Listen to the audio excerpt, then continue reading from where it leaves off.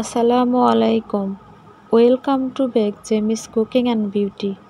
বন্ধুরা, আজকে আমি আপনাদেরকে আমার একটা পছন্দের রেসিপি শেয়ার করব। বুটের ডাল দিয়ে গরুর মাংস ভুনা বা ঘাটি যেটাই বলেন, এই রেসিপিটি আমার খুবই ভালো লাগে। এই রেসিপিটি তৈরি করার জন্য আমি 1 কাপ বুটের ডাল নিয়েছি। বুটের ডালগুলোকে আমি 1 ঘন্টা আগে ভিজিয়ে রেখেছিলাম, তারপর পানি ঝরিয়ে নিয়েছি। এবার বুটের ডাল আমি পাতিলে দিয়ে 3-4টা কাঁচামরিচ দিয়েছি।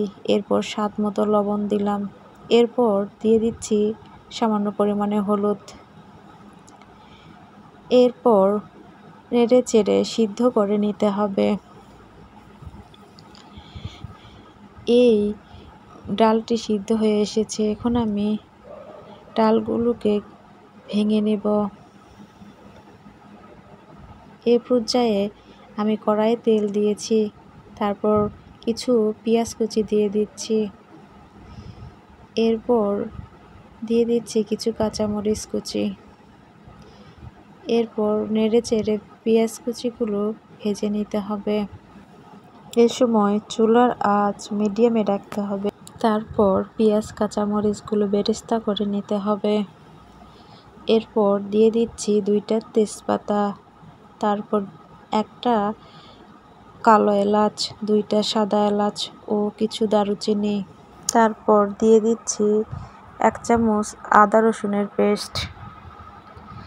এরপর সবগুলো মশলা একসঙ্গে ভেজে নিতে হবে। তারপর দিয়ে দিলাম স্বাদ মতো লবণ।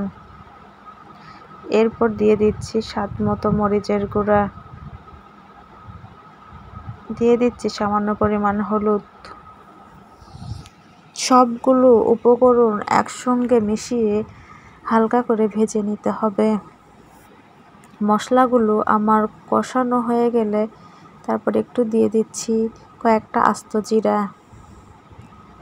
এ পর্যায়ে নেড়ে চেড়ে কষিয়ে নেব। কষানো হলে মশলার উপরে তেল ভেসে উঠবে। এরপর আমি দিয়ে দিচ্ছি আগে থেকে সিদ্ধ করে নেওয়া বা জাল করে রাখা কিছু গরুর মাংস। এরপর মাংস ও মশলা একসঙ্গে কষিয়ে নিতে হবে। সবগুলো মাংস ও মশলা একসঙ্গে মিক্সড করে কষিয়ে নিতে হবে। মাংসগুলো আমার কষানো হয়েছে। এখন আমি দিয়ে দিচ্ছি বুটের ডাল, যেটা আগে আমি সিদ্ধ করে ঘেঁটে নিয়েছি। তারপর সবগুলো উপকরণ একসঙ্গে মিক্সড করে নিচ্ছি। এভাবে অনবরত নেড়ে চেড়ে মাংস ও বুটের ডাল একসঙ্গে মিক্সড করে নিতে হবে।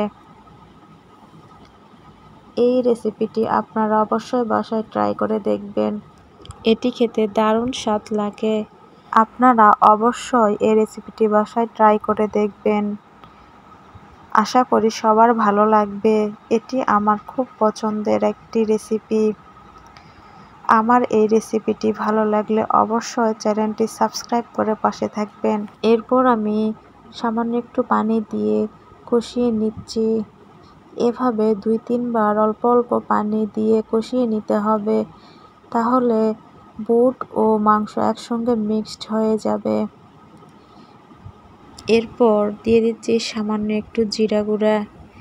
জিরা বা ধনিয়ার গুঁড়া দিলে এটির স্বাদ অনেক গুণে বেড়ে যায়। এভাবে নেড়ে চেড়ে কষিয়ে নিতে হবে। এটি বারবার নেড়ে চেড়ে নিতে হবে, তা না হলে নিচে লেগে যেতে পারে। এরপর আমি কিছু পানি দিয়ে আবারও নেড়ে চেড়ে রেখে দিচ্ছি।